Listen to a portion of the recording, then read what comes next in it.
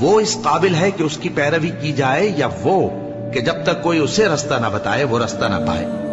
تو تم کو کیا ہوا ہے، کیسا انصاف کرتے ہو؟ اور ان میں کے اکثر محض گمان کی پیروی کرتے ہیں، اور کچھ شک نہیں کہ گمان حق کے مقابلے میں کچھ بھی کارآمد نہیں ہو سکتا۔